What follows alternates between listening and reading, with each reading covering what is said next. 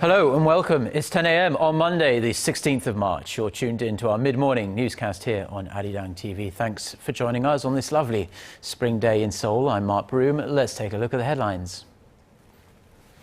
Senior officials from South Korea and China will hold talks in Seoul today, which are likely to focus on Beijing's concerns about the possible deployment of a US missile defense system to the Korean peninsula.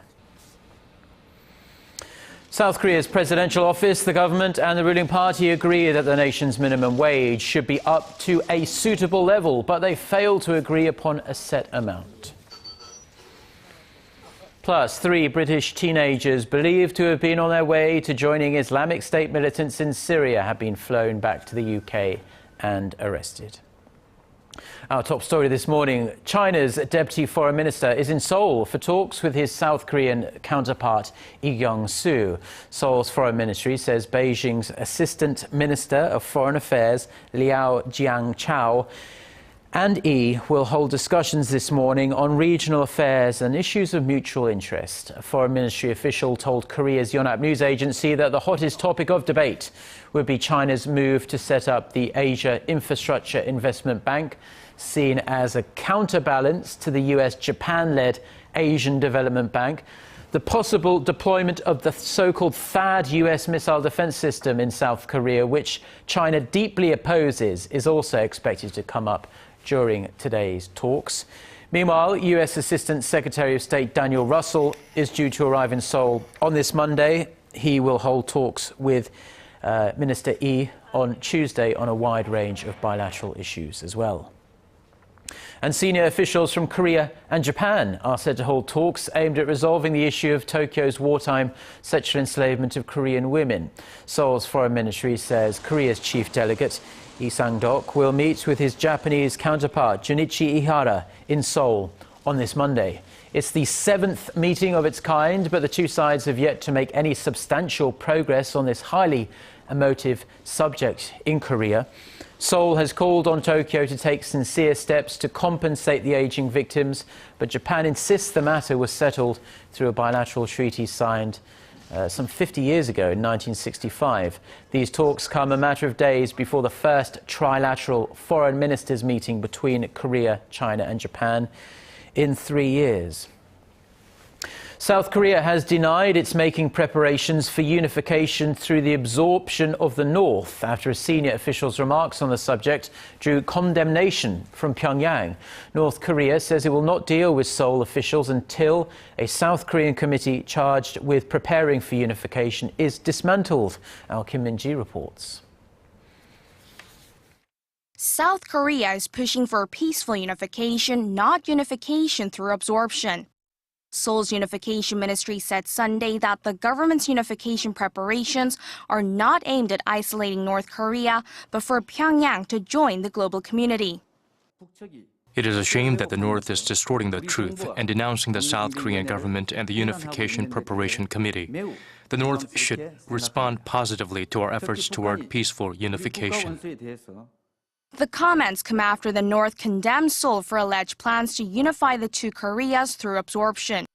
North Korea was referring to recent remarks made by Chung Jong-uk, a vice chairman of Seoul's Presidential Committee for Unification Preparation, who said that unification through absorption was an option.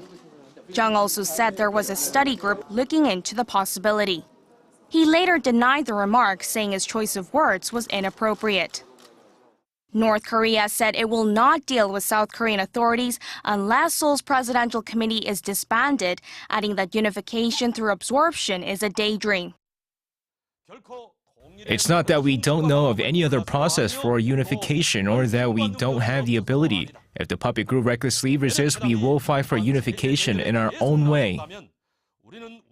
The North also demanded that South Korean President Park Geun-hye apologize and clarify her position on the issue, as she is the chair of Seoul's Unification Committee.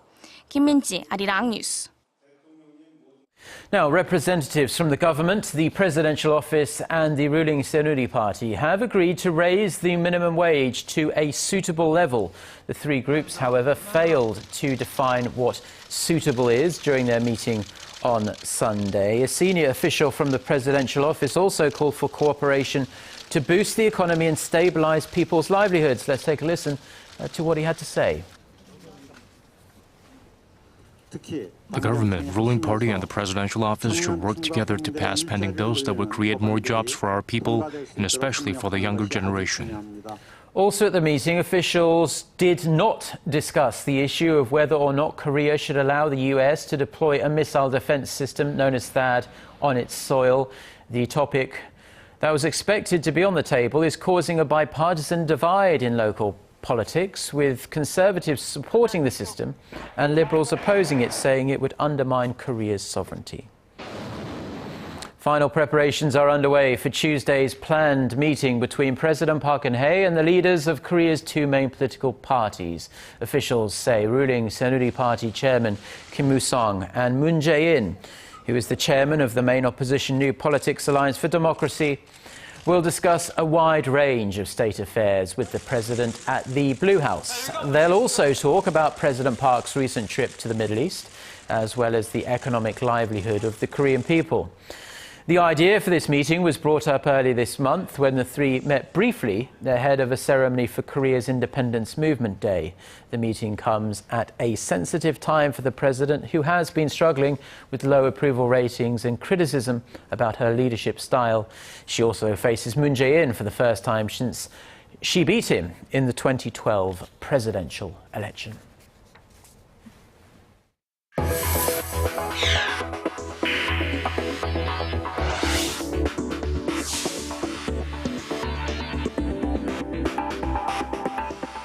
Now, Korea's finance minister is calling on the leaders of Korea's public and private financial institutions to support the government's efforts to push through structural reforms aimed at boosting the sluggish economy. Speaking at a dinner in Seoul on Sunday, Choi Kyung-hwan said they should come up with new value-added services and create more employment opportunities in the financial sector. Now, the number of jobs in that sector has been contracting in recent years, a point that has disappointed the minister and the government as a whole. Now, early this month, Minister Choi said the sector was broken and can't even pay taxes because it's not making money. He also pointed out the country's financial industry sector is only making up 5% of the country's GDP. That's far short of the government's 10% target rate. Korea's economic growth fell short of the G20 average for a fourth straight year in 2014, and there's little sign really that this sluggish pace of growth will pick up this year either. For more on the growing concerns, this trend could continue for quite a while, our Hwang Ji-hye reports. The Korean economy continues to fail to outperform the average growth posted by G20 countries. Recent data from the OECD shows that Korea grew at a slower pace than the G20 average for a fourth straight year in 2014.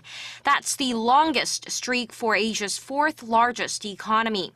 In the years between 1999 and 2010, Korea fell short of the G20 average only 2 times, in 2003 and 2005. While the International Monetary Fund expects the Korean economy to grow faster this year than in 2014 by 3.7%, major economic data released so far this year shows that pace of growth might be hard to obtain. Korea's output, consumption, and exports were all down this year. The Bank of Korea recently cut its key interest rate to a historic low of 1.75% as a way of propping up the ailing economy. But the rate cut also points to a need for a trim of the central bank's new growth forecast for the economy this year, set to be released next month. The BOK currently expects the domestic economy to grow 3.4% this year. Now the attention is focused on the effects that the rate cut and the government's stimulus measures could have on boosting the domestic economy. A local research institute says the government's measures to prop up the economy will raise the country's growth rate by over 0.3 percentage points. Hwang Ji-hye, ARIRANG News.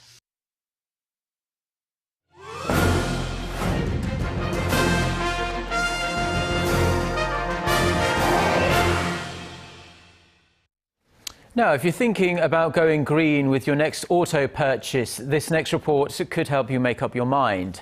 Hybrid cars offer savings on fuel costs and are clearly better for the environment. But are those benefits enough to make up for the slightly higher sticker price? On this week's Industry Insight, our Kim Ji-yeon kicks the tyres of one of the most popular hybrids on the Korean market.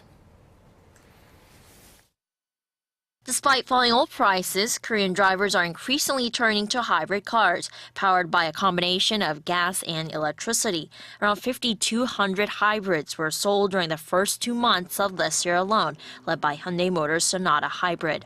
The driving force behind the hybrid's popularity is a change in public perception, as myths surrounding hybrids are debunked.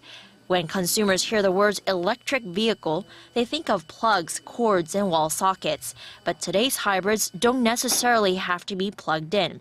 Auto engineers have developed a system known as regenerative braking that helps cars retrieve and store energy.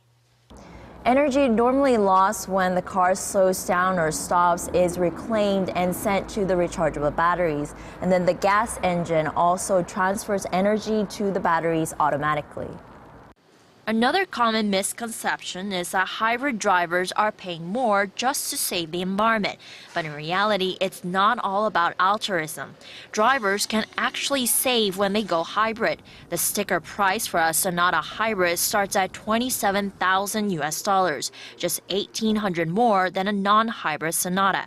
Assuming gas price remains at $1.30 per liter, Hyundai says consumers can save nearly $3,200 over a 5-year period.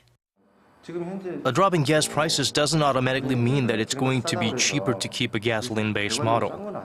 Right now, gas is at about $1,471 or $1.30 per liter, which means it's not cheap. And consumers think the low oil price trend isn't going to last long.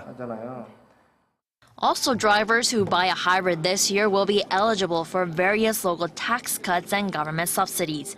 With hybrids that emit less than 97 grams of carbon dioxide per kilometer, which includes the Sonata Hybrid, Toyota's Prius line, the Lexus CT200H, and the Ford Fusion, drivers can save up to $3,600. Hyundai says it plans to boost the Sonata Hybrid's fuel efficiency by 25%. It's also planning to expand its lineup to draw the average driver, starting with its first plug-in hybrid set to debut at the Seoul Motor Show in April.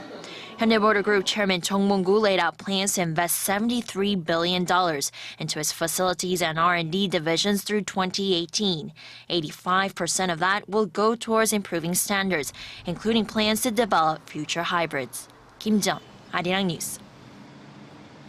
Now, the annual session of China's top legislative body drew to a close on Sunday. There were no great surprises in terms of policies, while lawmakers put emphasis on reforms and promoting the rule of law. Our Son Jung-in reports.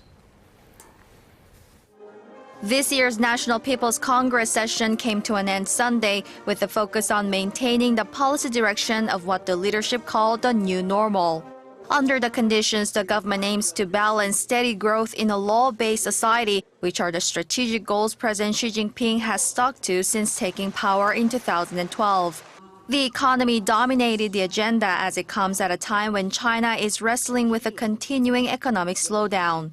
Premier Li Keqiang said Beijing was prepared to take action to stimulate the economy and boost the market confidence, but warned the country would struggle to meet its annual growth target of around 7% this year.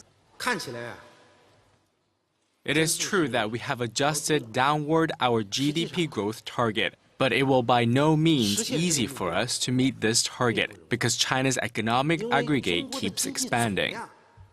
Lawmakers also put emphasis on deepening reforms and promoting the rule of law. The session reviewed a draft amendment to the country's legislation law in which it seeks to set clear limits on administrative power in order to protect public interest. The top judiciary also vowed greater justice by promoting transparency and sharing information between courts dotted around the country. Environmental protection was also high on the agenda as the Environment Ministry vowed comprehensive efforts to implement tougher measures against polluting firms. Son Jung-in, ARIRANG News.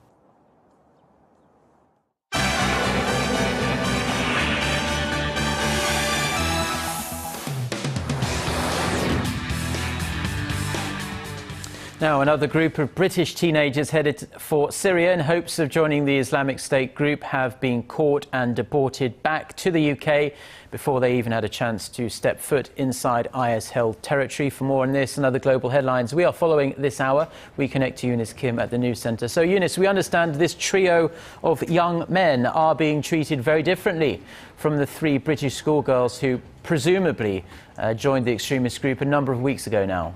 Yeah, that's right, Mark. While it was said that the three schoolgirls would not be arrested if they were ever to return as they were victims of IS propaganda, this group of young men was arrested when they arrived back in the UK late Saturday. They are now facing terrorism charges and being held at a London police station. It was a swift intervention mission over the weekend that began on Friday when the two 17-year-olds were reported missing from their northwest London homes. British authorities alerted intelligence officials in Turkey, who picked them up to pick the two male teens and another 19-year-old in Istanbul on their way from Barcelona. The three teens have not been named, but they would be the latest in a string of hundreds of young Britons who have made their way to the region to fight alongside militants. Mark. And Eunice, let's turn to the fighting that's raging in Iraq now. The joint military operation to eject IS forces from the city of Tikrit, though, is facing some challenges. Yeah, the fighting has been stalled since Friday, according to reports. They say the joint Iraqi military Shiite militia mission has been waiting for reinforcements to come through as they trade sniper fire with IS militants and defuse booby traps placed by them. There are also reports that one of the fiercest points of fighting was the tomb of Saddam Hussein, which was fiercely defended by IS forces, but ultimately was reduced to rubble by the fighting.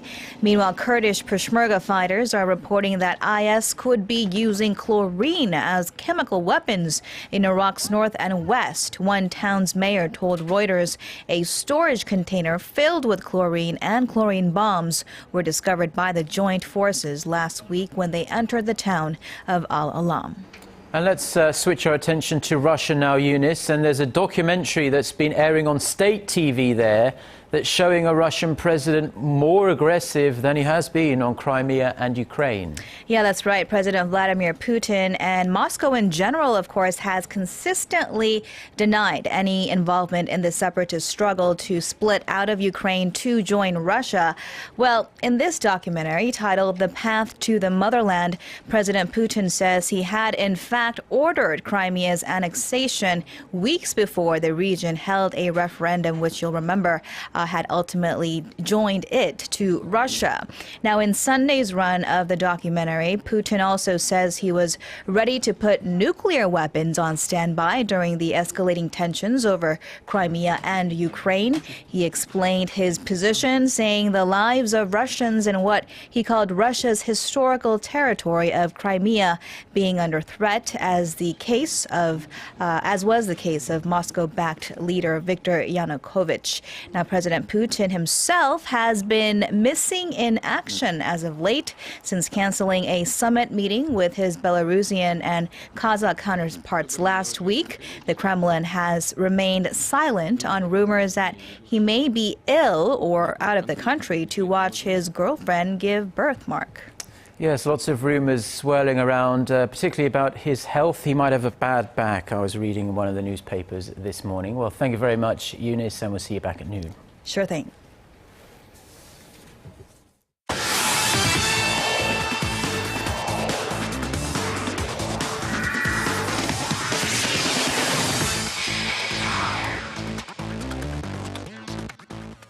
And a good Monday morning to you all as we kick things off with the 2015 Seoul International Marathon, which kicked off on Sunday morning at the Gwanghwamun Square in central Seoul and finished off at the Jamsil Sports Complex. And at the end of the long, grueling race, it was Wilson Erupe who came out on top. Now, the 27-year-old Kenyan who holds the event record from back in 2012 came very close to breaking his record as he finished with a final time of 2 hours, 6 minutes and 11 seconds to win his second career Seoul International Marathon. And while he takes home an $80,000 check for his victory, an incredible finish for Korea's Kim Sung-in over in the women's race, as the Korean would finish second overall, coming in at a final time of 2 hours, 28 minutes and 20 seconds. And while the 2015 Seoul International Marathon took place throughout the streets of Seoul, the 2015 Short Track World Championship took place around the ice tracks in Moscow, Russia. And on Sunday, 2 Koreans claimed the gold medal in the 1,000-meter events. Now, first off, over on the men's side, Park Se-young would finish off the men's 1,000-meter event with a final time of 1 minute 25.115 seconds to claim the top podium spot. But that's not all. Over on the women's 1,000-meter event, it was the teenage sensation Choi Min-jung who would finish with a final time of 1 minute 32.73 seconds to win her first World Championship gold, as Korea finishes with 2 gold medals in the event. Now, the 2015 women's golf season has been quite an interesting one, with Koreans winning 4 out of the 5 LPGA events so far, with the other victor being Lydia Ko, who's a Korean New Zealander. But the Koreans are also dominating the Ladies European Tour, as Ryu So-yeon took home a trophy over the weekend. Now, the world number 2 Park In-bi would take the lead after the 2 first days of the event over in Hainan, China for the World Ladies Championship, but would have to settle with a second-place finish as Ryu So-yeon storms through in the final 2 days of the event, finishing off at 13 under par overall and beating Park In-bi by a single stroke. Now, still very early in the season, but the Koreans continue to dominate the 2015 season. Now, manager Uli Stülke of the Korean national football team has made it clear that he's going to find more hidden talents in the domestic league. And he wasn't kidding, as he was seen visiting a couple of K-League Classic matches over the weekend. Now, with his interpreter on his side, the 61-year-old head coach was first seen at the Suwon Incheon match on Saturday, as he kept a close eye on some of the players who he hopes to add on to the new roster.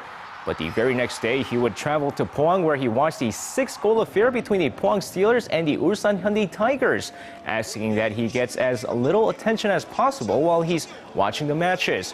Now, with the March friendly set to take place at the end of the month, he's expected to continue his trips around the nation to watch the domestic talents. And that's going to wrap it up for me. This has been SJ. Have a great rest of the day, and see you guys again for your sports needs.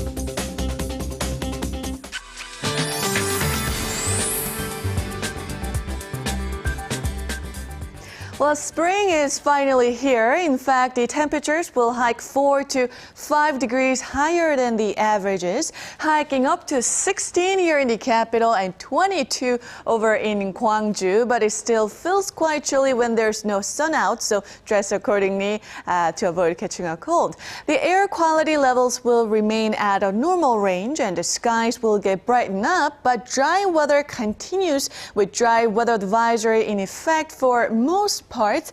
And it's been a week now with the dry weather advisory in place here in the capital, so drink plenty of water to stay hydrated. And with that in mind, let's take a closer look at the readings for today. So while the daytime high here in the capital will hike up to 16, Daegu and Busan will hike up to 20 and 18 this afternoon. And as for the other regions, Jeju Island and Daejeon should see a high of 17 and 19, and Dokdo will peak at 13 later on. Now, the readings look to be promising this week. Then we have nationwide rain in the forecast for the Wednesday, which could linger into Thursday morning. Well, that's all for Korea, and here's the international weather for viewers around the world.